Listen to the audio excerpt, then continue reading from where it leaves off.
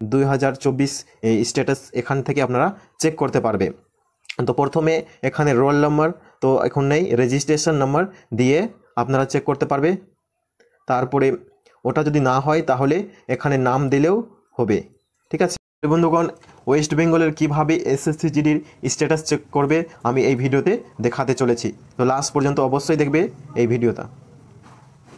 তো প্রথমে দেখে নাও, এই যে এখানে আজকে 6 তারিখ পাবলিশ হয়েছে আমাদের ওয়েস্ট বেঙ্গলের স্ট্যাটাস এসএসসি জিডির কীভাবে আপনারা চেক করবে, তো আজকেই পাবলিশ হয়েছে।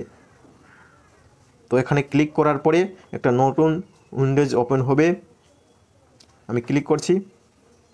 এই সার্ভার এখন খুব প্রবলেম, সার্ভারের জন্য আরেকবার রিফ্রেশ করে নিচ্ছি। Constable GD central arm police, দেখো 2024 এই স্ট্যাটাস এখান থেকে আপনারা চেক করতে পারবে।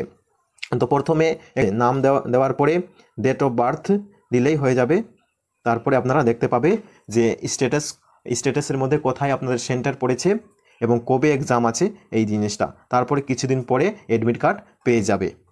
তো আমি দিচ্ছি, প্রথমে নাম দিয়ে দিচ্ছি। যখন এখানে একটা আমার বন্ধুর আছে, এই যে দেখলাম সেটা হচ্ছে তার রোল নাম্বার এখানে দেওয়া হয়েছে, রেজিস্ট্রেশন নাম্বার, তার নাম এবং তার বাবার নাম, এখানে date of birth, exam date, main কথা হচ্ছে এক্সাম ডেট। তো 22 তারিখ 2 মাস 2024, ফেব্রুয়ারি মাসের 22 তারিখে তার এক্সাম আছে। এবং রিপোর্টিং টাইম, মেন হচ্ছে রিপোর্টিং টাইম, এখানে 10টা বেজে 15 মিনিটে তাকে ঢুকতে হবে। এবং কোথায় এক্সাম সেন্টার, সিটি হচ্ছে শিলিগুড়ি। তাইকে মাস্ক পরে যেতে হবে।